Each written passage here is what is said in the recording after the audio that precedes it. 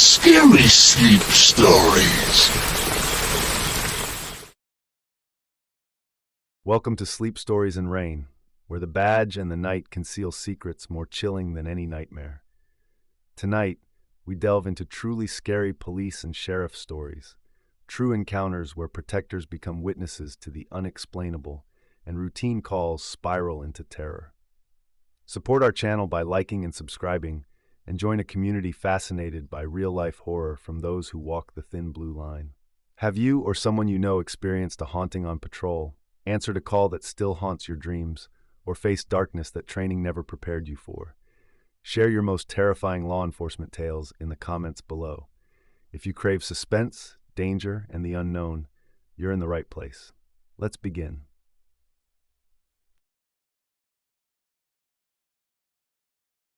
It's funny, the things that stick with you.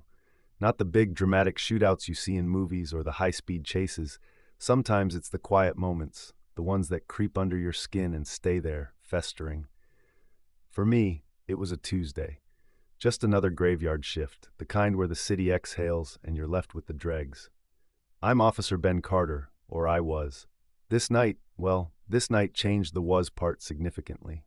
The rain had just started, a miserable, cold drizzle that made the streetlights bleed across the asphalt. I was running on lukewarm coffee and that gritty feeling you get behind your eyes after too many nights staring into the dark. Around 2 a.m., I saw a sedan, an older but immaculately kept Lincoln, glide through a stop sign on Elm Street. No big deal, a rolling stop, probably some tired commuter, but something about how smoothly it moved, almost too deliberately, made me flick on the lights. Just routine. He pulled over immediately, no fuss. Arthur Finch, according to the license he handed me. 48 years old. His car smelled faintly of bleach and something else, something metallic and sweet I couldn't quite place. He was dressed in a dark cashmere sweater, expensive looking, and his salt and pepper hair was perfectly combed. His blue eyes, though, they were like chips of ice. He smiled, a polite, almost serene expression. "Is there a problem, officer?" he asked, his voice calm, cultured. "You ran the stop sign back there, Mr. Finch." Standard stuff, but as I spoke I noticed his hands on the wheel, perfectly still, manicured nails, and the way he looked at me, not with fear or annoyance, but with a kind of detached curiosity, like I was an interesting insect. "Ah, my apologies, officer. Lost in thought, I suppose. It's a night for contemplation, wouldn't you agree?" His smile didn't waver. There was nothing overtly threatening, but a cold knot was tightening in my stomach. I asked the usual questions, registration, insurance, all in order, but I couldn't shake the feeling. I glanced into his back seat, empty, too empty. The floor mats looked brand new, or scrubbed raw. Then I saw the briefcase on the passenger seat, leather, expensive. "Mind if I ask what's in the briefcase, Mr. Finch?" He chuckled, a soft, dry sound. "Just some tools of my trade, officer. Nothing that would interest you." "What trade is that?" "Let's call it problem-solving, of a very specific nature." The way he said it, the slight emphasis on specific, sent a shiver down my spine. This wasn't a routine stop anymore. I asked him to step out of the vehicle. He complied without a word, moving with an unnerving grace. I called for backup, a non-urgent request, just a check situation. My partner Dave was on the other side of town. At the station, the fluorescent lights hummed, making everything look stark and sterile. Finch sat in the interview room, perfectly composed, declining coffee. He'd agreed to a search of his car, almost eagerly. "Transparency is key, Officer Carter," he'd said, using my name, though I was sure my name tag wasn't that visible in the dark during the stop. While the car was being gone over, I tried to get something, anything, from him. He just smiled and talked. Not about the stop sign, but about me. "You look tired, Ben," he said, dropping the Officer Carter. "Long hours, aren't they? Takes a toll on a man, on his family." My blood ran cold. "How do you know my name is Ben, or anything about my family?" He just tilted his head. "One picks things up. Observes. You have a tell, you know. When you're stressed, you rub that small scar above your right eyebrow." I instinctively touched it. He was right. I got it during a training exercise years ago. How could he possibly know that? The room suddenly felt smaller, the air thicker. Then Sergeant Miller stuck his head in. "Carter, you need to see this." His face was pale. In the evidence room, laid out on a table, were the contents of Finch's briefcase. Not financial documents or sales brochures. Surgical tools, scalpels, clamps, bone saws, all gleaming, all meticulously clean, and a small velvet-lined box containing a collection of antique lockets. Miller held up an evidence bag. Inside was a driver's license. A young woman, Sarah Jenkins, reported missing 3 days ago from a town 50 miles north. One of the lockets on the table matched the description her parents had given, a silver heart with a tiny sapphire. The world tilted, the faint, sweet, metallic smell from his car. It wasn't bleach covering up spilled coffee. It was blood, old blood, scrubbed away but not entirely. I went back to the interview room. Finch looked up as I entered, that same placid smile on his face. "Find anything interesting, Ben?" I slammed the photo of Sarah Jenkins on the table. "Who is this Finch?" His eyes flickered to the photo, then back to me. The smile widened, but it was different now. Predatory. "Ah, Sarah. A delightful girl. A bit too trusting, perhaps. But then, aren't we all, in our own ways?" He didn't confess, not directly. He spoke in riddles, in illusions, painting pictures with his words that were far more horrifying than any blunt admission. He talked about collections, about understanding the human machine from the inside out. He wasn't just a killer, he was a connoisseur of suffering, and he was enjoying this, playing with me, savoring my dawning horror. "You're sick," I managed, my voice hoarse, he mused. "Or am I simply more honest about the nature of things? We all have our urges, Ben, most just hide them better." He leaned forward, his voice dropping to a conspiratorial whisper. "She's not the only one, you know. There are others. And one is on a rather tight schedule, still breathing for now. But time, as they say, is of the essence." Panic, cold and sharp, pierced through the disgust. "Where is she? Who else?" Finch chuckled. "Now, where's the fun in just telling you?" "A game, Ben. A little game for a tired officer. She's somewhere artistic, somewhere things are put back together, even if they're broken." He gave a cryptic clue, something about where forgotten faces find new smiles. It was a taunt, a challenge. He was relishing this, the power he held. The next few hours were a blur. We tore apart his words, cross-referenced missing persons, dispatched units. Finch sat in his cell, occasionally offering another sliver of a clue, another barb aimed at my fraying nerves. He seemed to be feeding off our desperation. "Tick-tock, Ben," he'd call out when I passed his cell. The forgotten faces clue eventually led us to a disused mannequin factory on the outskirts of the city, a place that had been derelict for years. I was one of the first through the door, gun drawn, heart hammering against my ribs.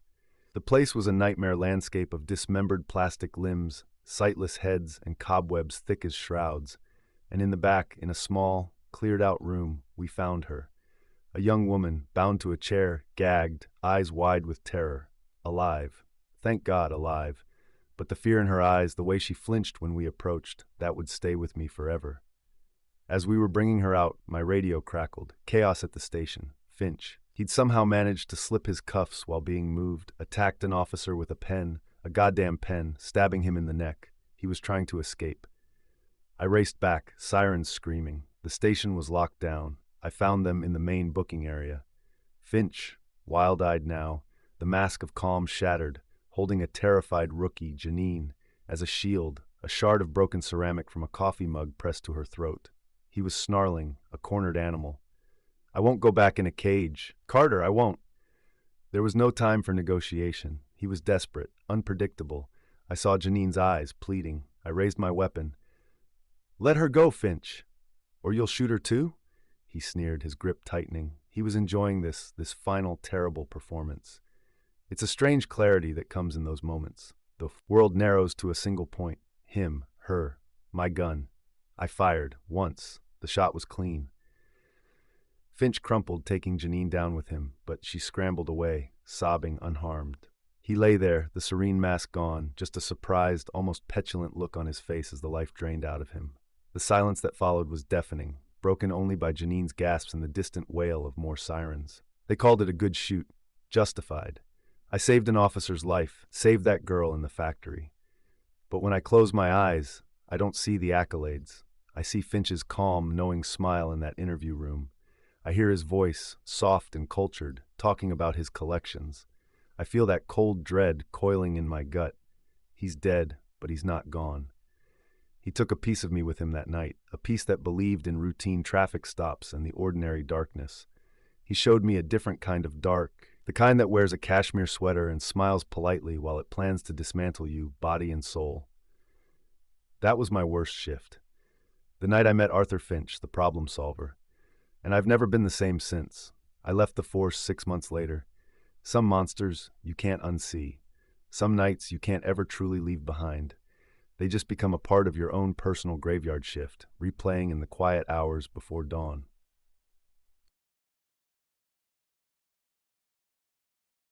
If you've made it this far, the shadows have already begun to close in.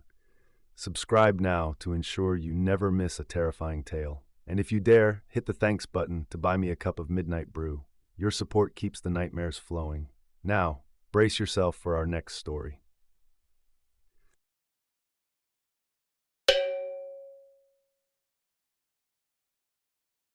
I remember the night the city went dark. My name is Daniel Ruiz, and I've been a cop for almost a decade, but nothing prepared me for that shift.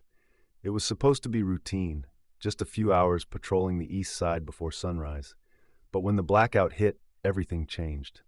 The radio crackled with static, then silence. Street lights flickered out, plunging the city into a thick, unnatural darkness. I was parked outside the old Marrowgate apartments, a sprawling, concrete maze that had seen better days. The dispatcher's last words before the line died were, "Missing child, Marrowgate, Unit 12B." I grabbed my flashlight, checked my sidearm, and stepped into the building. The lobby was lit only by the weak beam of my light, revealing peeling wallpaper and graffiti. The air was heavy with the smell of mildew and something metallic. My boots echoed on the cracked tiles as I called out, "Police! Anyone here?" No answer. I started up the stairs, the beam trembling in my hand. On the second floor, I found a woman huddled in the hallway, clutching a baby. She stared at me with wide, terrified eyes. "Did you see a little girl, Maya Lynn?" I asked. She shook her head, then whispered, "Don't go to the third floor." Action beat 1. I ignored her warning and climbed to the third floor. The hallway was pitch black, the doors all closed except one at the far end, hanging open. I approached, heart pounding, and shone my light inside. The apartment was trashed, furniture overturned, broken glass everywhere. On the wall, someone had scrawled, "She's not yours," in what looked like red paint. My radio hissed, then a child's voice whispered, "Help me." I spun around, but the hallway was empty. The voice faded into static. I pressed on, checking each apartment. Most were empty, but in one I found a man sitting in the dark, rocking back and forth. He wouldn't look at me, just muttered, "She's hiding. She knows the way out." Action beat 2. Suddenly, a loud crash echoed from above. I raced up the stairs to the fourth floor, nearly tripping over debris. The hallway was even narrower here, the air stifling. My flashlight flickered, threatening to die. I heard footsteps, small, quick, darting around the corner. I called out, "Maya, it's okay, I'm here to help." A door slammed. I followed, pushing into a cramped apartment. The kitchen window was open, curtains flapping in the night breeze. On the counter, a stuffed rabbit with one ear missing. Maya's. I pocketed it, heart racing. The room was empty, but I heard faint sobbing from the vents.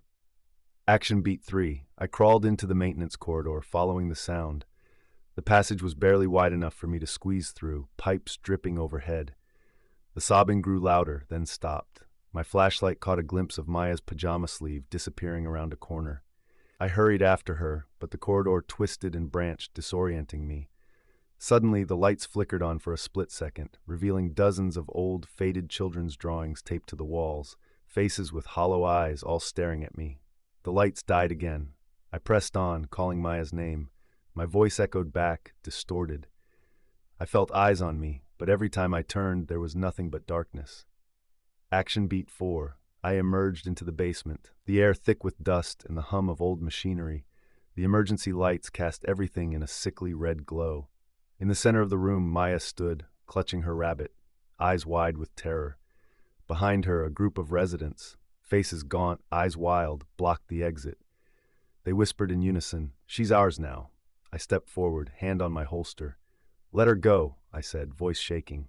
One of them lunged at me, and I drew my weapon, firing a warning shot into the ceiling. The sound was deafening in the confined space. The group scattered, but Maya didn't move.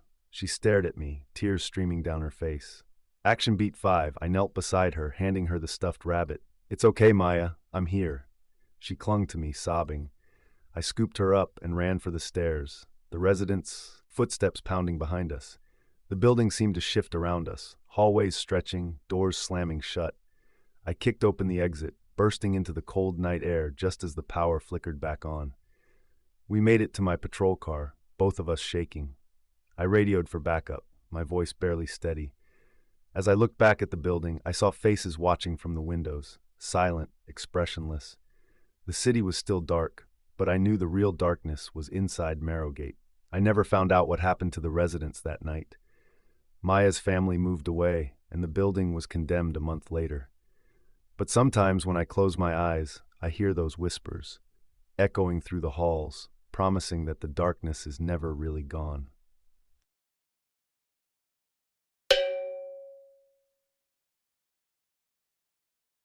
The static always gets worse after 2 a.m. It's like the desert itself is trying to swallow the radio waves, chew them up, and spit them out as something else entirely. I remember that night. The air was so still you could hear the buzz of the transformers a mile away from the substation. Dispatcher Doris, bless her coffee-fueled heart, had been quiet for a good hour, which usually meant either a peaceful night in Arroyo Pass or she'd fallen asleep with her face on the console again. I was betting on the latter. My name is Ben Carter, and I was working graveyard in a town that death itself seemed to have forgotten, only to leave its weird sun-baked cousins to populate the place. Arroyo Pass wasn't big. A couple of gas stations that blinked out by 10, a diner that prided itself on yesterday's coffee today, and a whole lot of sand stretching in every direction. The kind of place where the most exciting call was usually a coyote mistaking Mrs. Henderson's prize-winning poodle for a midnight snack. But that night, the silence wasn't peaceful. It was charged, like the air before a dust storm, heavy and waiting. The first message crackled through around 0217.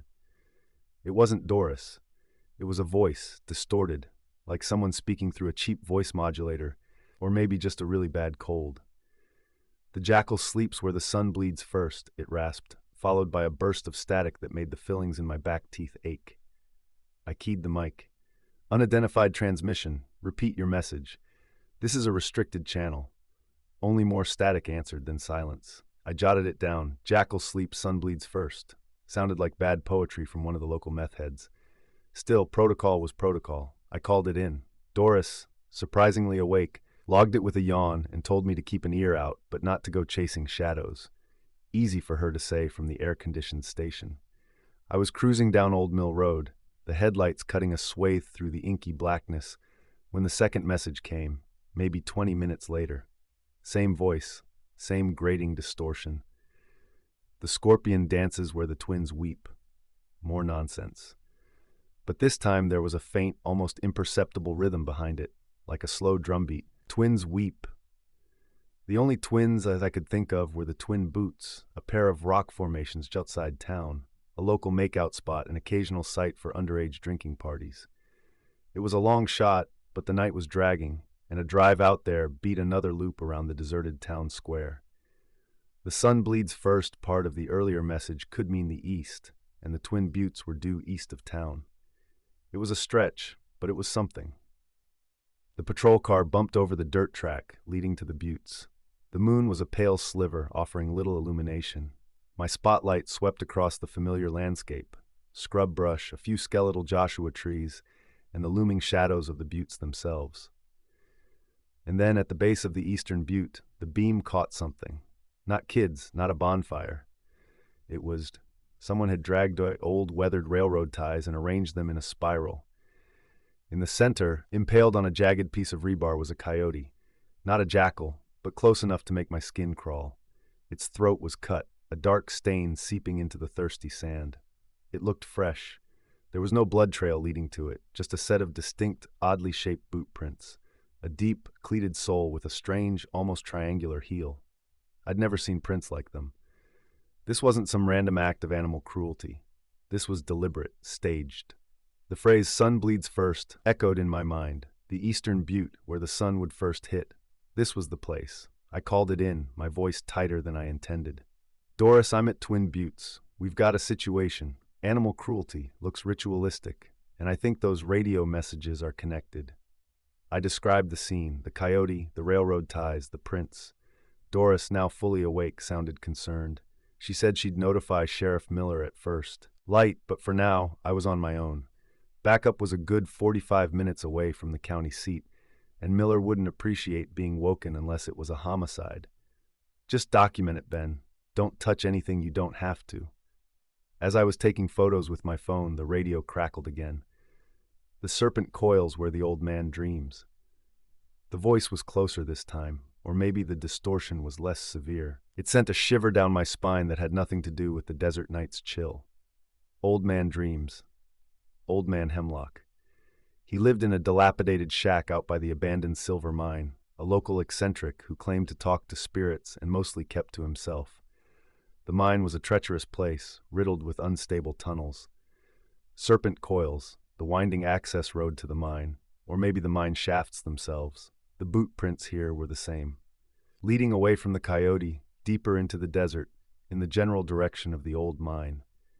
My gut screamed at me to wait for daylight, for Miller, for anyone. But the thought of that voice, of what they might be doing, pushed me forward. I drove towards the old Hemlock place, my hand resting on the butt of my service pistol. The mine was a couple of miles further into the rough terrain. The road was barely a suggestion, and my cruiser bottomed out a few times. The air grew colder, the silence more profound. The only sound was the crunch of gravel under my tires and the thumping of my own heart. I found the next scene near the entrance to the main adit of the abandoned mine. A large rattlesnake, its head crushed, was coiled carefully on a flat rock. Around it, arranged in a circle, were small, hand-carved wooden figures, crude and unsettling. They looked like little stick men, but with animal heads. And again, those same triangular-heeled boot prints. They led into the mine entrance. This was escalating. The coyote was disturbing, the snake was a clear message, but these figures, they spoke of a dedication, a purpose that was deeply unsettling. This wasn't random. This was a path being laid out for me. The radio chose that moment to hiss. The watcher waits where the water dies. No distortion this time. The voice was clear, male, and unnervingly calm. It was close. Water dies. The dry well. There was an old, capped well on the far side of the mine complex, near a collapsed ore processing shed. It had been dry for 50 years. My blood ran cold. This wasn't just about finding things anymore. This felt like an invitation, or a trap. I proceeded on foot, spotlight cutting through the darkness, pistol now in my hand. The mine complex was a maze of crumbling structures and shadowy pits. The silence was absolute, save for the skittering of unseen creatures and the wind whistling through broken boards. The dry well was in a small clearing. As I approached, my light caught him. A man, standing by the edge of the well, his back to me. He was tall, dressed in dark, heavy work clothes, the kind you'd see on a ranch hand, but cleaner, newer. He turned slowly. It wasn't old man Hemlock. This man was younger, maybe in his late 40s, with a lean, hard face and eyes that seemed to absorb the light. He wasn't holding a weapon, just watching me, and on his feet I saw the boots, the ones with the triangular heels. "You got my messages, Officer Carter," he said, his voice the same calm, clear tone from the radio. It wasn't a question. "Took you long enough." "Who are you?" I asked, keeping my weapon trained on him. "What's this all about? The animals, the messages?" He smiled, a thin, humorless expression. "Initiation. A test. For you." A test for what? My mind raced. Was this some cult? Some bizarre desert fraternity? "Arroyo Pass has guardians," he said, gesturing vaguely to the surrounding desert. "We watch. We maintain a balance. The town has forgotten the old ways, the respect this land demands." He took a step closer. "Sheriff Miller is old. He no longer sees. We've been looking for someone new, someone who can understand, someone who can listen to the desert." My heart hammered. This was insane. These weren't just eccentrics. They were organized and they were dangerous. And killing animals is part of this balance? "Sacrifices," he corrected, his eyes glinting. "To show commitment, to show understanding of the cycle. Life and death. The desert takes, and sometimes we must give back on its behalf." He paused. "The final message was for you to come here. to meet, to see if you are worthy of joining us, or if you are just another outsider who will interfere. He wasn't threatening me, not directly, but the implication hung heavy in the air. The isolation, the darkness, the sheer strangeness of it all, it was a weight on my chest. I realized there were other shadows moving at the periphery of my vision, just beyond the reach of my spotlight. How many of them were there? This wasn't a lone madman. This was something more. "I'm a police officer," I said, my voice steady despite the tremor I felt inside. "I uphold the law. What you're doing is illegal, cruel." His smile faded. "The law? Your laws are lines on paper. The desert has older laws, stronger laws." He took another step. "You have a choice, Officer Carter. Understand our ways, and Arroyo Pass will remain peaceful under your watch, a new kind of watch. Or you can try to stop us and become another secret the desert keeps." I stood there, the cold metal of my pistol a small comfort against the vast, indifferent darkness and the chilling certainty in his eyes. The choice he offered was no choice at all. I knew, with a sickening lurch in my stomach, that my graveyard shift had just become a permanent fixture in the unsettling reality of Arroyo Pass. The static on the radio had been a warning, and I hadn't truly understood it until now. The desert wasn't just swallowing radio waves.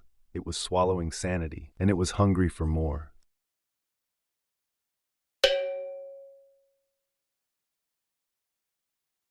The snow wasn't just falling that night.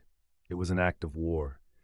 A full-blown horizontal assault of ice needles, driven by a wind that shrieked like something ancient and furious, a sound that seemed to claw at the very metal of my cruiser. Visibility had shrunk to a claustrophobic bubble, maybe 10 feet beyond the hood if the gusts momentarily relented.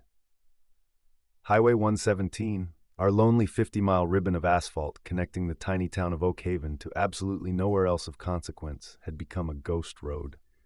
I was Officer Marcus Cole, badge number 37, and likely the only human fool enough to be out here, playing guardian angel in a rapidly freezing tin can. Dispatch had chirped about a freak whiteout hours ago, before the radio started its death rattle of static. Freak didn't do it justice. This storm felt personal, malevolent, like it was actively trying to erase the road, the world, and me along with it. It was just past 3 a.m. The shift had already stretched into an eternity, each minute a slow tick of the heater battling the encroaching cold, when my headlights snagged on it, a faint, unnatural smudge of dark red against the blinding, swirling white just off the shoulder of the road. My stomach tightened. Red was the wrong color for this monochrome hell. I eased the cruiser to a crawl, wipers fighting a losing battle. It was a sedan, a cherry red compact, nosed into a shallow ditch as if it had simply given up. Its hazard lights blinked feebly, pathetic orange eyes in the monstrous white face of the storm, already half swallowed by the accumulating drifts. There were no tracks leading to it, none leading away, just the smooth, wind-sculpted dunes of snow that seemed to have birthed the vehicle whole. The engine was cold, the metal frosted over. I played my heavy-duty flashlight beam across the interior, the light cutting a swathe through the darkness within. Empty. The keys, however, dangled mockingly from the ignition. A woman's purse lay on the passenger seat, its contents, a wallet, a tube of lipstick, a child's crayon drawing of a lopsided sun, spilled as if in a sudden jolt. The driver's side door was ajar, just an inch, an invitation the wind was trying to force wider. It was on the inner door handle, a dark, almost black smear in the beam of my light, that my breath hitched. I pulled off a glove, the frigid air biting at my exposed skin, and touched the smear. It was tacky. Blood. Not a lot, maybe just from a cut hand, but it was undeniably blood. The wind shrieked again, a high-pitched keen that rocked the cruiser on its suspension, and a dread, far colder than the blizzard's icy breath, began to seep into the marrow of my bones. This wasn't just a simple slide-off. This was wrong. My radio was a lost cause, just spitting angry static. Protocol dictated I call it in, wait for backup, but backup was Oak Haven PD, which was me and 2 other guys, one of whom was probably home, warm in bed. The county sheriff's department was a good hour away in clear weather.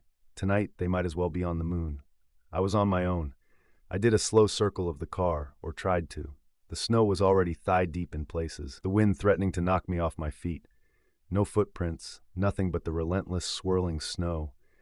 It was as if the occupant had simply vanished, evaporated into the storm. But the blood, the open door, the keys still waiting, it felt like a scene abruptly paused. I made notes, took pictures with my phone, the cold making my fingers clumsy.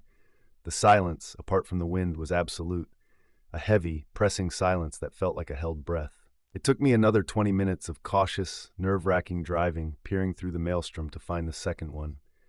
About a mile further down the desolate highway, almost invisible until my headlights were practically on its bumper, sat a pickup truck. A big Ford, also dark-colored, also angled awkwardly off the road, its front tires buried in a drift. Same story. Abandoned, engine cold as a tombstone, driver's door slightly ajar. This time, the interior was more obviously disturbed. The glove compartment gaped open, its contents, registration papers, old receipts, a crumpled map, strewn across the passenger seat and floor. On the rubber floor mat on the driver's side lay a single, muddy boot. A heavy-duty work boot, the kind loggers or construction workers wear, caked with fresh snow and something darker, something that looked chillingly like the smear in the first car. My flashlight beam, shaking slightly now, found the marks in the snow near the truck's rear bumper. They were partially filled by the driving snow, but still horribly discernible. Drag marks. Not the scuffle of an animal. Human. Two parallel grooves, as if someone had been pulled, struggling from that truck. My heart began to hammer a frantic rhythm against my ribs.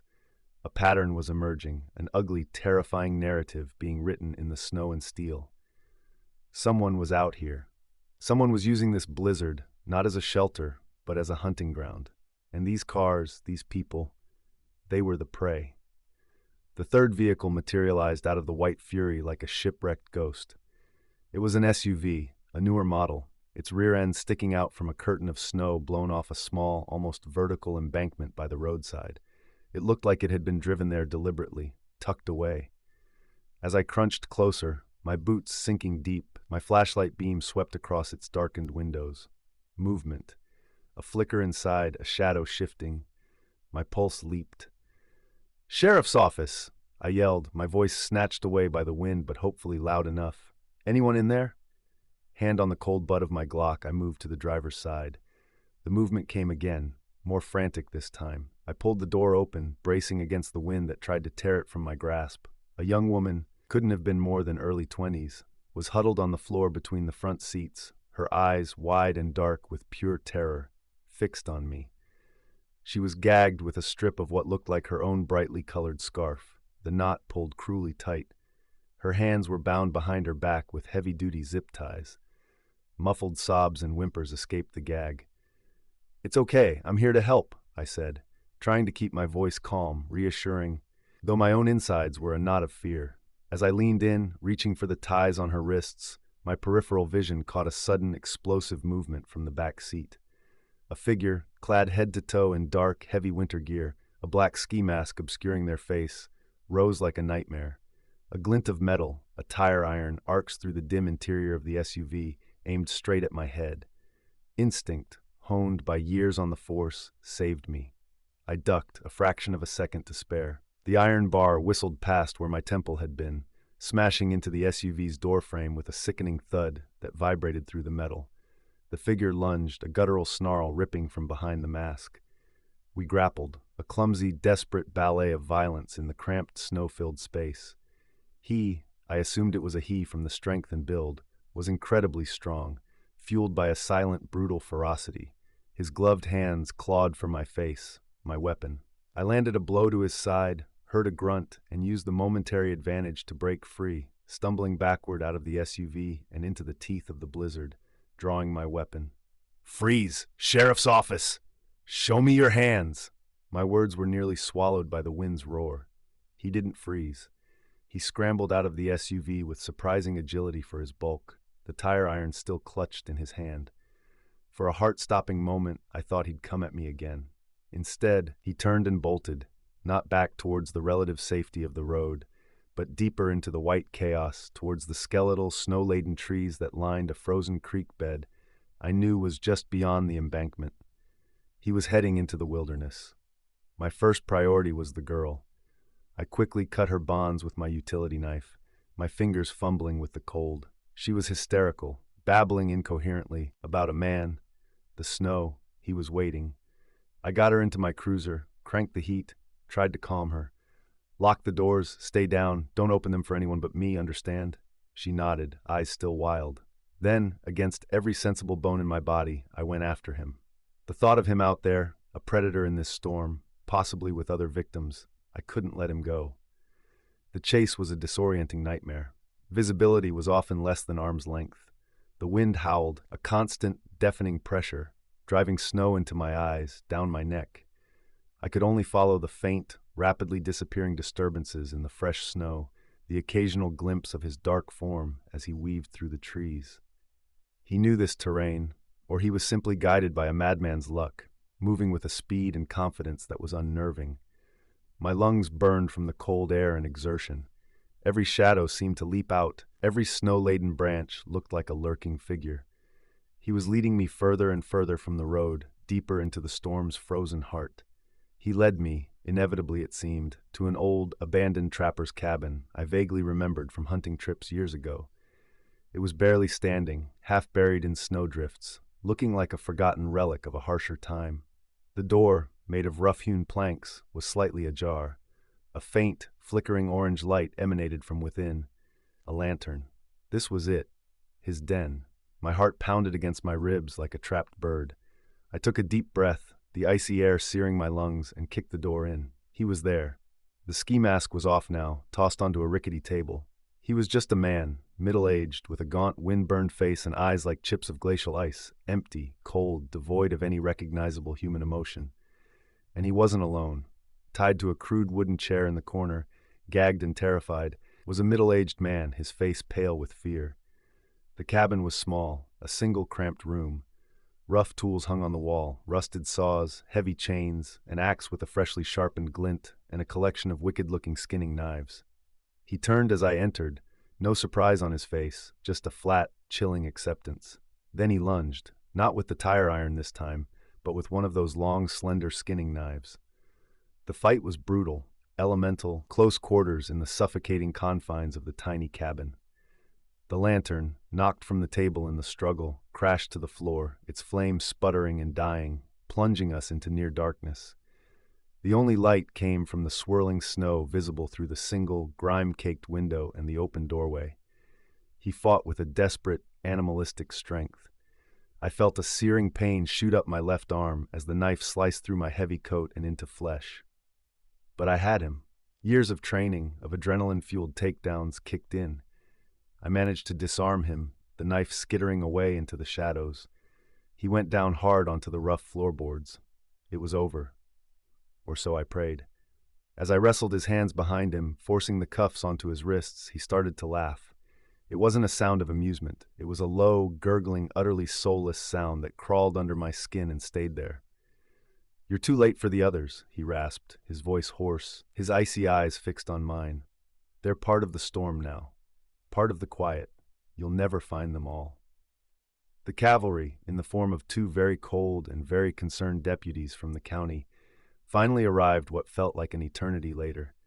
I'd managed to get a broken call through on the radio during a momentary lull in the static before it died completely. They found me in the cabin, half frozen, tending to my bleeding arm, with the two traumatized but blessedly alive victims, the young woman from the SUV and the man from the chair. Finch, as his name turned out to be, Alistair Finch, a drifter with no record anyone could find, said nothing more.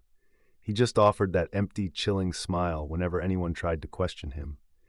When the storm finally broke 2 days later, they found the others. 2 more, scattered like fallen leaves in the deep snowdrifts along the desolate stretches of Highway 117, their cars abandoned nearby. Finch had been using the blizzards, the isolation, to hunt. Why? No one ever found out. He took his secrets with him to a state psychiatric facility. That was 10 years ago. I'm still a cop, still patrol these empty roads, but I never ever take Highway 117 when a storm's brewing and the wind starts to howl.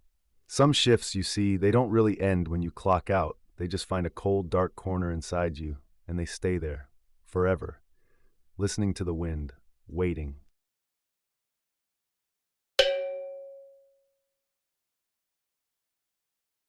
I'll never forget my first graveyard shift. They say the city sleeps, but that's a lie.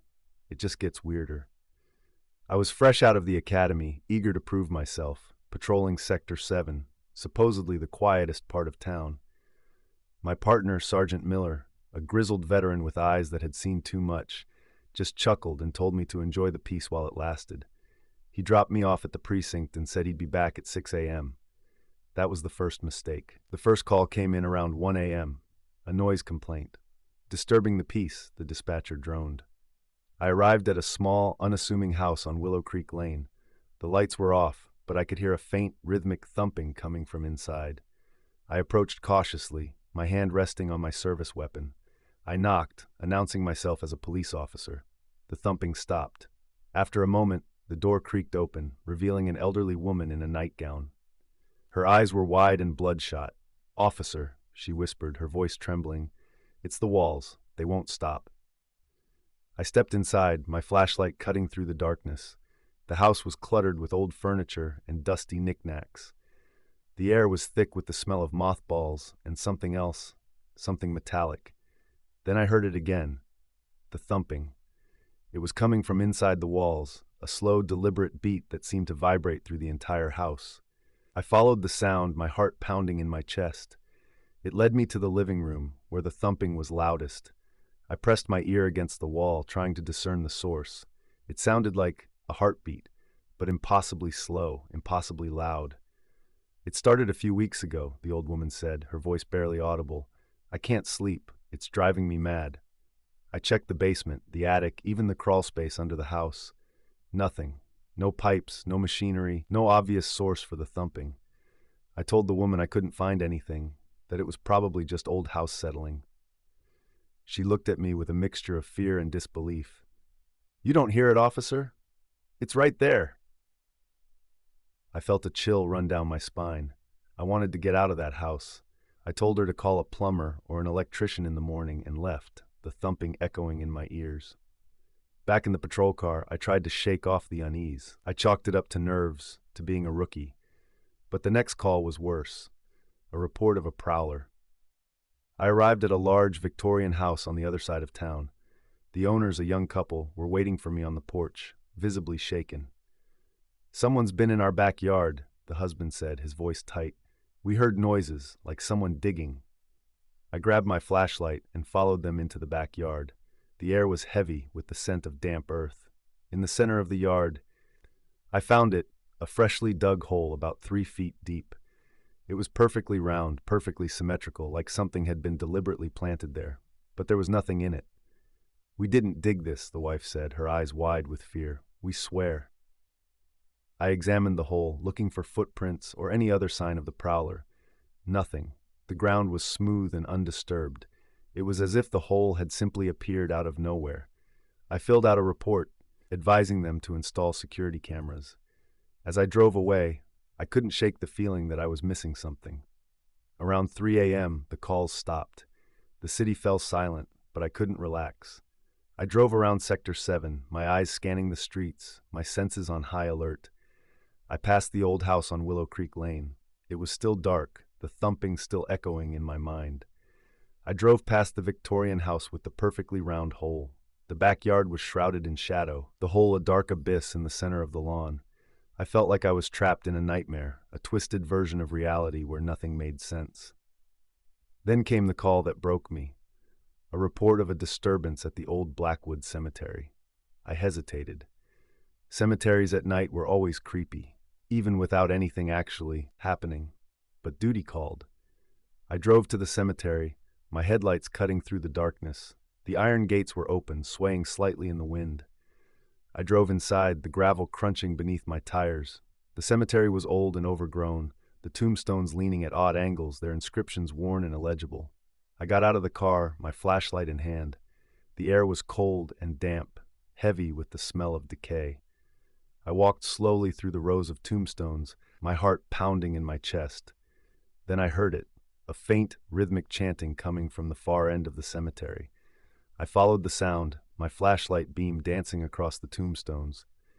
It led me to a small, secluded clearing, where I saw them. A group of figures, cloaked and hooded, standing around an open grave. They were chanting in a language I didn't recognize, their voices low and guttural. In the center of the grave, I saw something that made my blood run cold.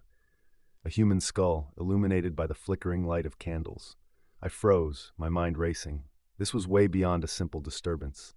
This was something else, something dark and sinister. I raised my radio to call for backup, but then I hesitated. What if they heard me? What if they came after me? I decided to observe them for a while, to try to understand what they were doing. But as I watched, the chanting grew louder, more intense. The figures began to sway back and forth, their movements becoming more erratic. The skull in the grave seemed to glow brighter, casting eerie shadows across their faces. Then, one of the figures reached into the grave and pulled something out. It was a small wooden doll, crudely carved and painted. The figure held the doll aloft, chanting louder than ever. And then the doll began to move. Its limbs twitched, its head lolled, its eyes seemed to open and stare directly at me. I gasped, my hand flying to my mouth. This was impossible. This couldn't be happening. But it was. I knew, with a certainty that chilled me to the bone, that I was witnessing something truly evil. I snapped. I couldn't take it anymore. I charged into the clearing, my gun drawn, yelling at them to stop. The figures turned to face me, their faces hidden beneath their hoods. They stopped chanting, their movements ceasing. The doll fell to the ground, its eyes still staring at me. "Police, freeze!" I shouted, my voice trembling. "Drop to the ground!" The figures didn't move. They just stood there, silently watching me. Then, one of them raised a hand, and I felt a sharp pain in my chest. I looked down and saw a knife protruding from my uniform, blood spreading across the fabric. I stumbled backward, my vision blurring. The figures began to advance on me, their faces still hidden, their movements slow and deliberate. I tried to raise my gun, but my arm was too weak. I fell to the ground, the cold earth pressing against my cheek. The figures surrounded me, their shadows looming over me. I closed my eyes, waiting for the end, but it never came.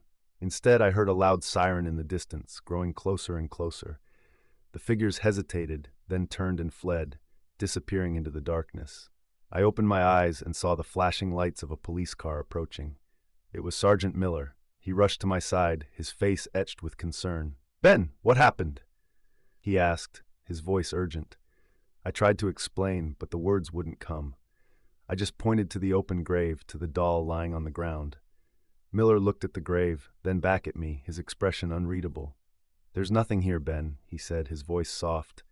"Just an old grave, and a child's toy." I stared at him in disbelief. He wasn't seeing what I was seeing. He wasn't hearing what I was hearing. He thought I was crazy. Miller called for an ambulance, and I was taken to the hospital. The doctors said I was suffering from a severe panic attack, brought on by stress and exhaustion. They said the knife wound was superficial, probably self-inflicted. They said I needed rest, that I needed to take some time off. But I knew what I had seen. I knew what had happened. And I knew that I wasn't crazy. I was just awake. I was seeing the things that others couldn't see, the things that lurked in the shadows, the things that made the city so much weirder than anyone could imagine. I took the time off, but I couldn't rest.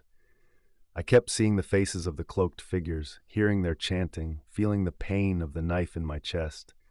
I kept thinking about the old woman with the thumping walls, the young couple with the perfectly round hole, the doll in the grave. I knew that these things were connected, that they were all part of something bigger, something darker. I decided to investigate, to try to uncover the truth, no matter how terrifying it might be.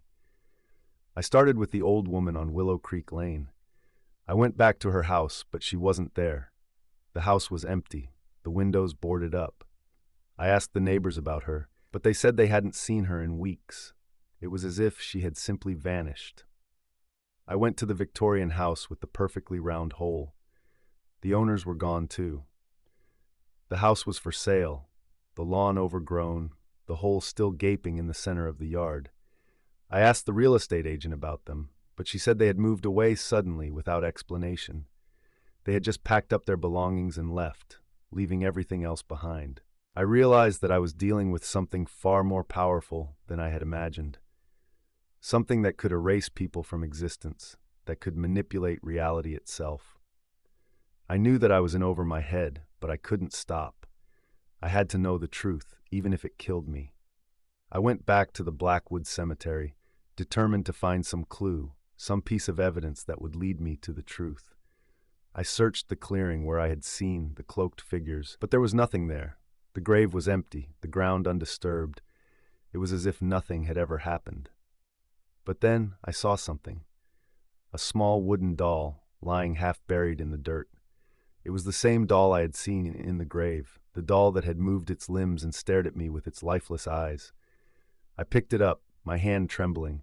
It was cold and heavy, radiating a sense of pure evil. I knew that this doll was the key, that it held the answer to everything. I decided to take it with me, to study it, to try to understand its power. I took the doll back to my apartment and placed it on my desk. I stared at it for hours, trying to decipher its secrets, but it remained silent, its eyes staring blankly ahead. Then, as the sun began to set, I heard a noise, a faint, rhythmic thumping coming from inside my walls. I froze, my blood running cold. The thumping grew louder, more insistent. It was the same thumping I had heard in the old woman's house on Willow Creek Lane. It was coming for me. I grabbed the doll and ran, fleeing my apartment, fleeing the city, fleeing the nightmare that had become my life. I'm still running. I don't know where I'm going or what I'm running from, but I know that I can't stop, because if I do, the thumping will catch me, and I don't know what will happen then. All I know is that my first graveyard shift was my last, and that the city is full of things that are better left unseen.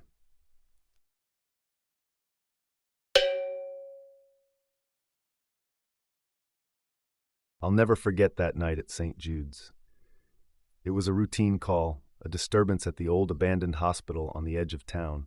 St. Jude's had been closed for years, ever since the funding dried up and the rumors started. Rumors of, well, let's just say things that didn't make sense. But we were cops, and a call was a call, no matter how mundane. It was around 11 p.m. when Sarah and I got the dispatch. Possible break-in at St. Jude's. Proceed with caution.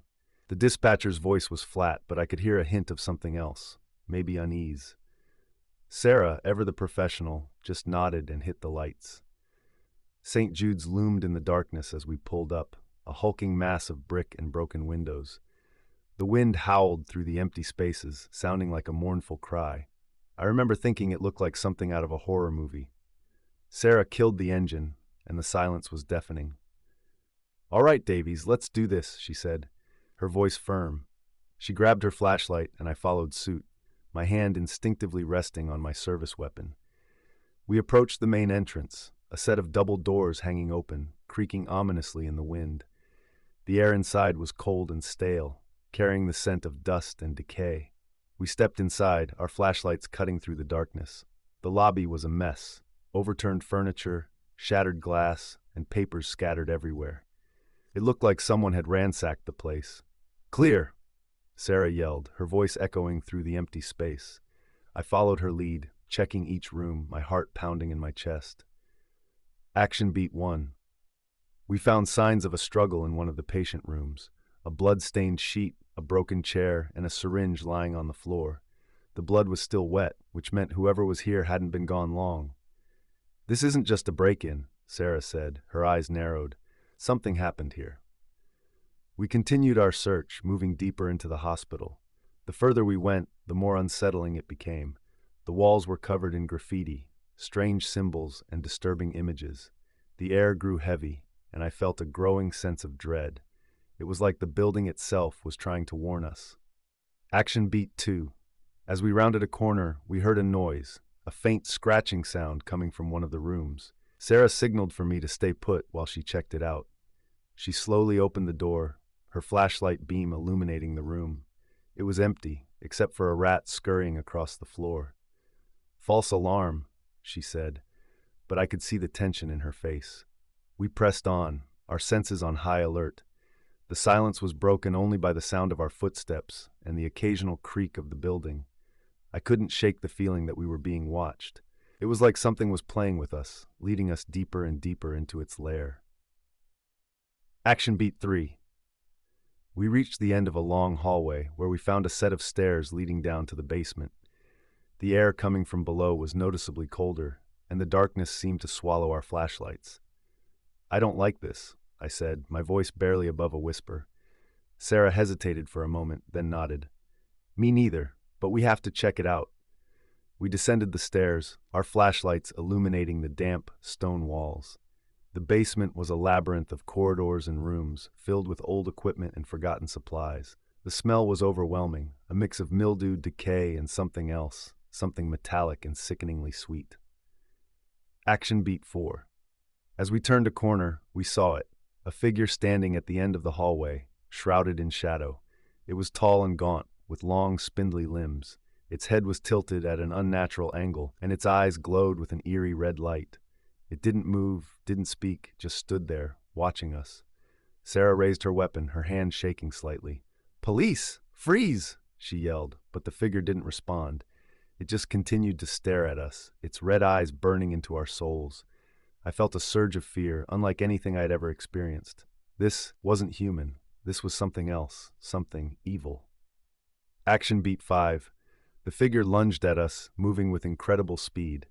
Sarah fired her weapon, but the bullets seemed to pass right through it. It grabbed her, its long, bony fingers wrapping around her throat. She screamed, a muffled, desperate sound. I raised my weapon and fired, again and again, but it was no use. The figure didn't even flinch. I knew I had to get out of there to get help. I turned and ran, my heart pounding in my chest. I could hear Sarah's screams behind me, growing fainter as I fled. I didn't look back. I couldn't. I made it out of the hospital, gasping for air. I called for backup, my voice trembling. When the other officers arrived, they searched the hospital, but they found nothing.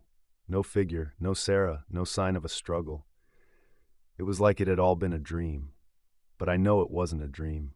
I know what I saw, and I know that Sarah is gone, taken by something evil that lurks in the shadows of St. Jude's. I still have nightmares about that night, about the figure with the red eyes and the sound of Sarah's screams. I'll never forget it. I can't.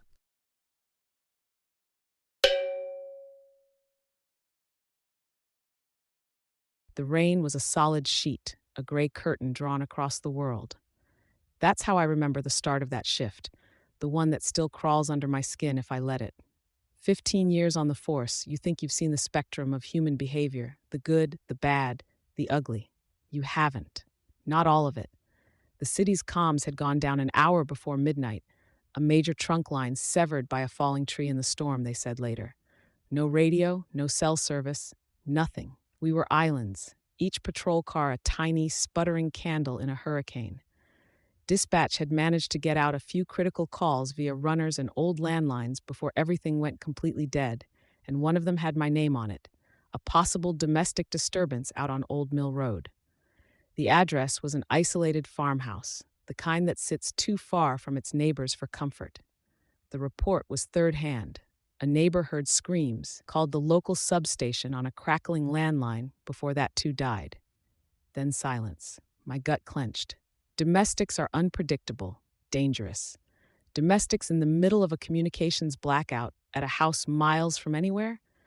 That's a special kind of hell waiting to happen. The wind howled, rocking the cruiser. My name is Sarah Ramsey, and I was driving straight into it. The farmhouse on Old Mill Road looked like something conjured from a nightmare. Gaunt, skeletal trees clawed at the stormy sky around it. A single, weak yellow light flickered over a sagging porch. I parked the cruiser, the headlights cutting through the deluge, and took a deep breath. The rain hit my face like icy needles as I stepped out. My hand instinctively went to the grip of my service weapon, a familiar comfort. I climbed the creaking wooden steps, my boots heavy with mud.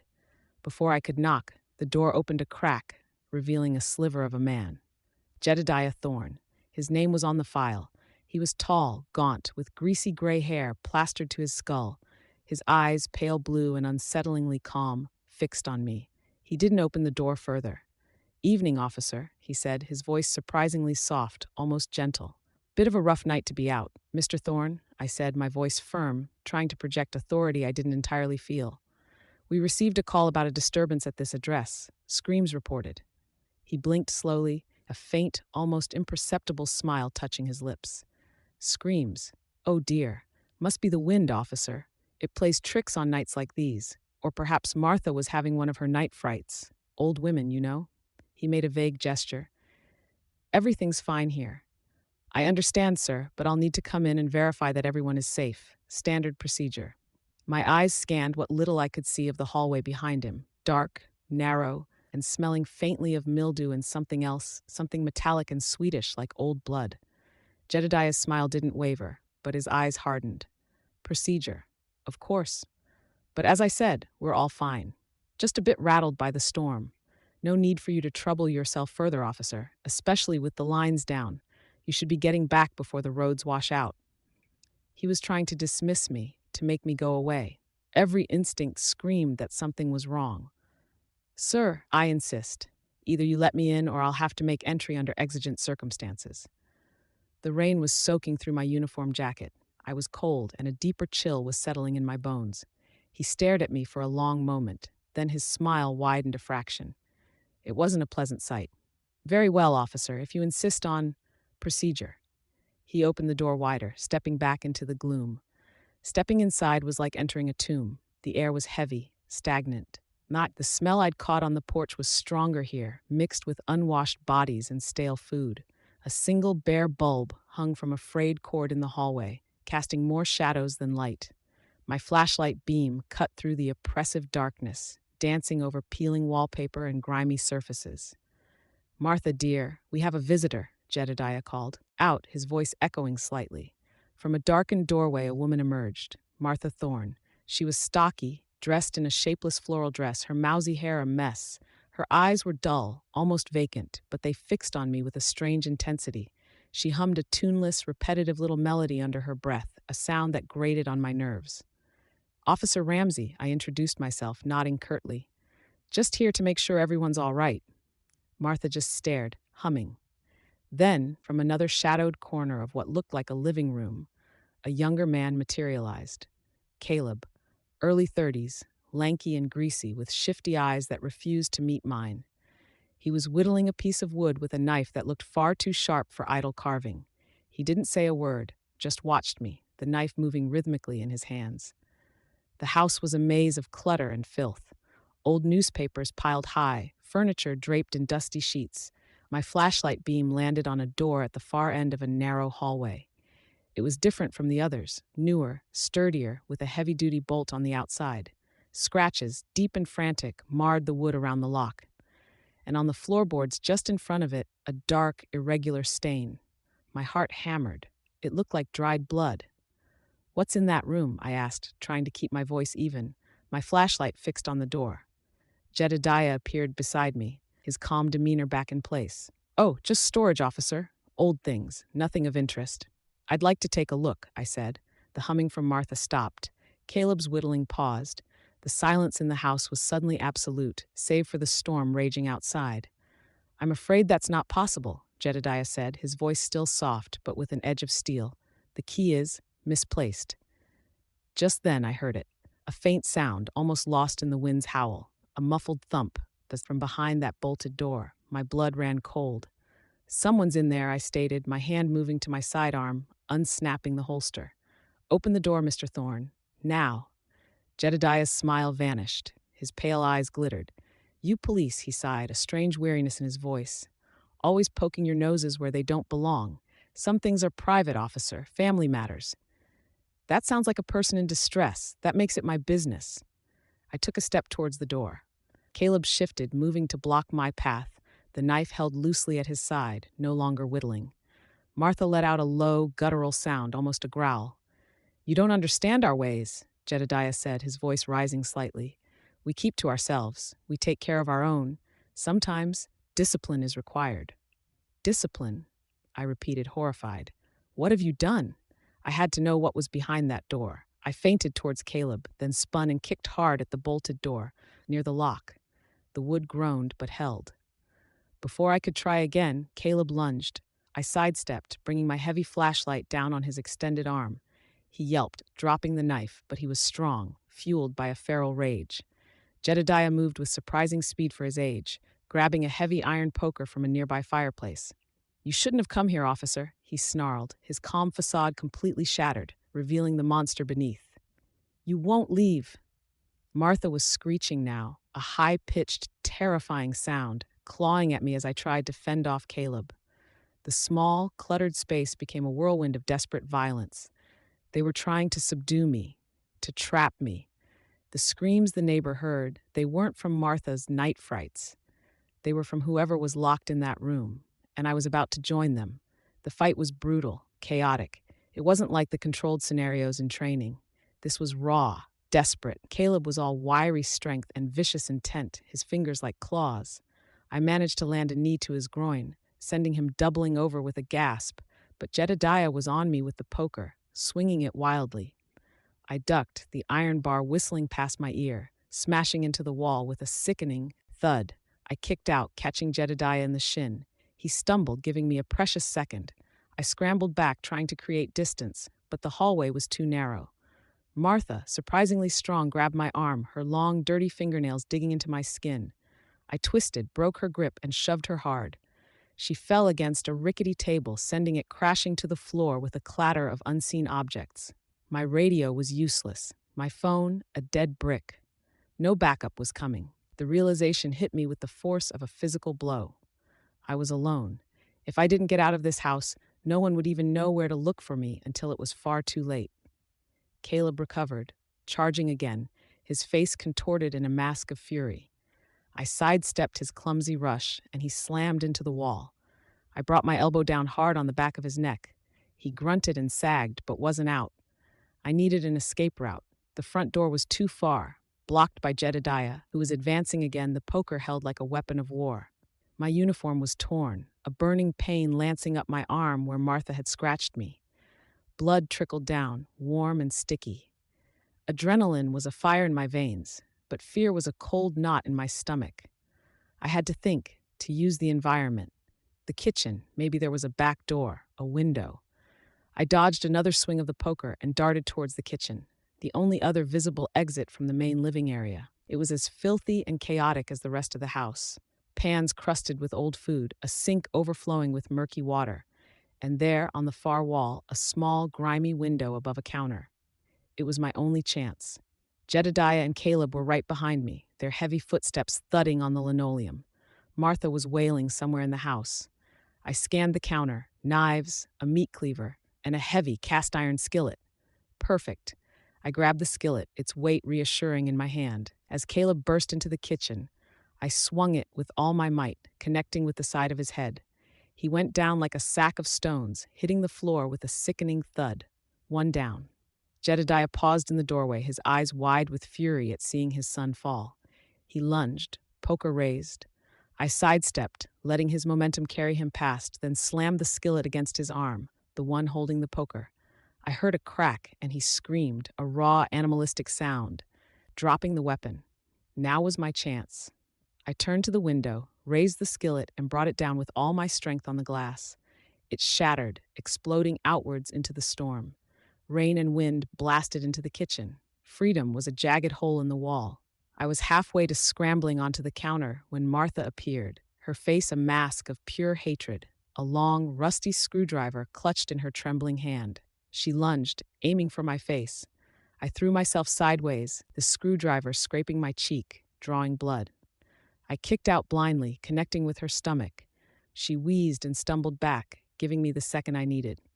I scrambled onto the counter, through the broken window, cutting my hands and legs on the jagged glass. I didn't care. I landed heavily in the mud outside, the cold rain a shocking relief on my battered body. I could hear them screaming inside the house, incoherent sounds of rage and pain. I didn't look back. I ran. I ran through the mud, the wind, the lashing rain, fueled by a terror so profound it left no room for anything else.